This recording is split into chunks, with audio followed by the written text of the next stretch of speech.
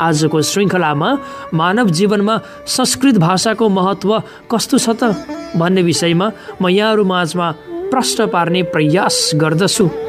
संस्कृत भाषा विश्वको प्राचीनतम एवं समृद्ध भाषा हो। ग्रिकभन्दा परिपूर्ण र ल्याटिनभन्दा पनि सुसंस्कृत भाषा भनेर पश्चिमाहरूले समेत पढ्ने गरेका छन्। भनिन्छ नि यो भाषा सबै भाषाको जननी हो। नेपाल, भारत लगायत अन्यत्र प्राय राष्ट्रहरूमा बसोबास गर्नेहरूले वैदिक परम्परामा गरिने समस्त धार्मिक कृत्यहरू सबै संस्कृतमा नै गर्दछन्। प्रातः जागरणदेखि शयन बेलासम्म संस्कृत भाषाद्वारा नै वैदिक कर्म गर्ने गर्दछन्। सनातन वैदिक धर्ममा गर्भाधान संस्कारदेखि अन्त्येष्टि पर्यन्त 16 संस्कार संस्कृतमा नै हुने गर्दछन्। त्यसैले संस्कृत भाषा समृद्ध छ। जैन एवं महायानी बौद्धहरूको समस्त विशाल साहित्य संस्कृतमा नै छन्। विचार विस्तार भाषणको माध्यम पनि केवल संस्कृत नै हो। भाष्यते इति भाषा भनिएको छ। भाषा भनेको भावना एवं विचारलाई प्रकट गर्ने साधन हो र संस्कृत भाषा नै प्रथम भाषा हो भन्ने कुरा विभिन्न अनुसन्धान र अध्ययनहरूले पनि देखिएको पाइन्छ। अतः संस्कृत भाषा एक जीवन्त र सशक्त भाषा हो। समादरणीय श्रोता महानुभावहरू, संस्कृत केवल भाषा मात्र होइन, अपितु संस्कृत एक विचार हो, क्रान्ति हो, जीवनी शक्ति हो, जीवन जिउने कला हो। संस्कृत नै संस्कृति हो र संस्कार पनि हो। संस्कृतमा विश्वको कल्याण छ, शान्ति छ, सहयोग, सद्भाव छ, वसुदैव कुटुम्बकमको भावना छ। संस्कृत भाषालाई जान्नेले स्वयंलाई जान्दछ। साथै भेदभाव आदि सङ्कीर्ण मनस्थितिबाट माथि उठ्ने गर्दछन् संस्कृत पढेका मानिसहरू। सम्पूर्ण प्राणीलाई समान व्यवहार गर्न सिकाउने पूर्वीय दर्शनको संवाहक हो संस्कृत भाषा। त्यसैले आजको द्वैत एवं असमान व्यवहारले भरिएको समाजमा संस्कृत भाषाको महत्त्व खड्किएको छ। पश्चिमाहरू संस्कृतलाई जीवनमा उतार्न यति बेला लागि परेका छन्।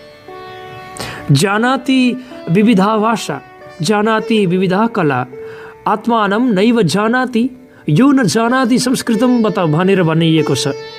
अनेक अनेक भाषा कला आदिमा निपुण हुँदा पनि आफूले आफैलाई जान्न सकिँदैन।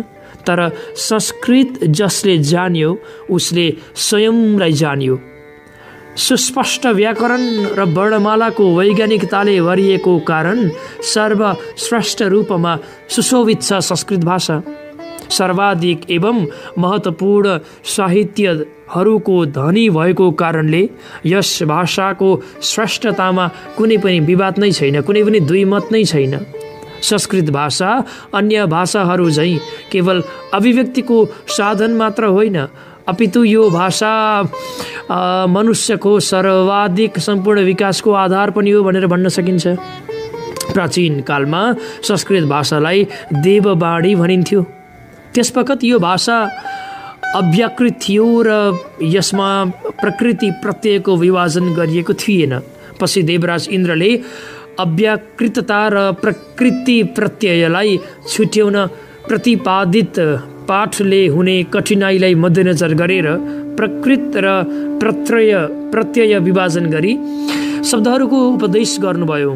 यसरी अव्याकृतलाई व्याकृत गरेर पुनः संस्कार गरिएकाले देववाणी भाषालाई संस्कृत भनिएको हो। अतः संस्कृत केवल स्वविकसित भाषा होइन, संस्कारिक भाषा हो यो। त्यसैले यसको नाम संस्कृत रहन गएको छ। थाइल्यान्ड अन्तर्गत बाली द्वीप निवासीहरूको मातृभाषा पनि संस्कृत हो। यो पछिल्लो एउटा रिपोर्ट अनुसार हामीले पत्ता लगाएका छौँ। यस्ता अनेक अनेक प्रमाण अनि अरू भाषाभन्दा शक्तिशाली यस भाषाको अनेक अनेक महत्त्व छ, जसले आज कम्प्युटर, रोबोट, रकेट आदिमा उपयुक्त भनी प्रमाणित पनि गरिएको छ। तर केही विकृत मानसिकता तथा अङ्ग्रेजी मानसपुत्रहरू संस्कृतलाई मृत भाषा भनेर सम्बोधन गर्ने कुचेष्टा समेत गर्ने गर्दछन्। सूर्य उदाएर उज्यालो छर्दा पनि अन्धकार देख्नु सूर्यको दोष होइन।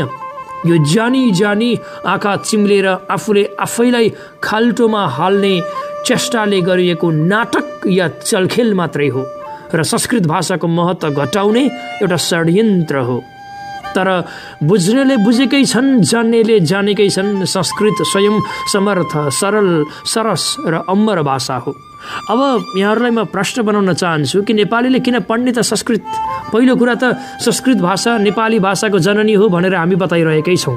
संस्कृतको ज्ञान बिना नेपाली भाषा शुद्ध बोल्न र लेख्न र नेपाली भाषा र साहित्यको विकास र प्रतिष्ठा स्थापित हुन कदापि पनि सक्दैन। नेपालीको आत्मा संस्कृतमै बसेको छ। हाम्रो संस्कृतमा यदि समसामयिक कुनै विकृति र विसङ्गति देखा पर्दछन् भने त्यसलाई सजिलै निर्मूल पार्ने प्रभावकारी आधार पनि संस्कृत भाषा नै हो। 4 वेद, 18 पुराण, मनु, याज्ञवल्क्य, पराशर, अत्रि आदि स्मृतिहरू अनि षट्दर्शन आदि शास्त्रहरू ज्ञान विज्ञानका अभूतपूर्ण ग्रन्थहरू हुन्। अङ्ग्रेजहरूले यो कुरा राम्ररी बुझेर आज म्याक्स मुलरले भारतबाट थुप्रै ग्रन्थहरूलाई लन्डन पुर्याएका थिए र अङ्ग्रेजहरूले यिनको अध्ययन र अनुसन्धानमा आफ्नो जीवन लगाएका छन् र विकासको सोपान चढ्दै मङ्गल ग्रहसम्मको यात्रामा लागि परेका छन्। त्यसै गरी अन्य भाषाको तुलनामा संस्कृतमा सबभन्दा कम शब्दमा वाक्य पुरा हुन्छ। स्पिच थेरापीमा संस्कृत सहयोगी सिद्ध हुन्छ र एकाग्रता पनि बढाउँछ। मैले हिजो यहाँलाई कसरी आवाजलाई राम्रो बनाउन सकिन्छ, कसरी शुद्धसँग बोल्न सकिन्छ, कसरी वाक्कलालाई अझ बढी मजबुत बनाउन सकिन्छ भनेर चर्चा गरेको थिएँ नि। यदि तपाईँले संस्कृतको अध्ययन गर्नुभयो भने तपाईँको उच्चारणमा पनि राम्रो आउँछ, तपाईँको आवाजमा क्ल्यारिटी आउने, तपाईँको आवाजमा मधुरता आउने, स्पष्टसँग बोल्न सक्ने क्षमताको विकास हुने केवल संस्कृत अध्ययनबाट हुन्छ। त्यसैले आउनुहोस् हामी सबै मिलेर संस्कृतको उन्नतिमा योगदान गरौँ। संस्कृत बिना संस्कृति अधुरो नै रहन्छ। त्यसै कारणले गर्दा सबैजना यस क्षेत्रमा जुटौँ भन्ने आग्रह पनि गर्न चाहन्छु। आजको श्रृङ्खला तपाईँलाई कस्तो लाग्यो त? 98 17 97 22 20मा तपाईँले फोन गरेर प्रतिक्रिया दिन सक्नुहुनेछ। 98 17 97 22 20 सुनेर साथ दिनुभएकोमा यहाँहरू सबैलाई धेरै धेरै धन्यवाद छ। प्राविधिक मित्र सुरज प्रधानज्यूलाई पनि विशेष आभार प्रकट गर्न चाहन्छु। अबको बाँकी श्रृङ्खलामा फरक फरक विषयका साथमा हरिकृष्ण भण्डारी उपस्थित हुने नै छु। भोलि बिहान ठिक 7 बजे आगन FM 89.6 मेगाहर्जको यो ध्वनि तरङ्गमा हाम्रो भेट फेरि पनि हुने नै छ। आफ्नो स्वास्थ्यको धेरै ख्याल गर्नुहोला। भोलि बिहान हाम्रो भेट हुने नै छ। तबसम्मका लागि आज्ञा माग्छु। यहाँको बाँकी पल शुभमय भएर बितोस्। नमस्ते।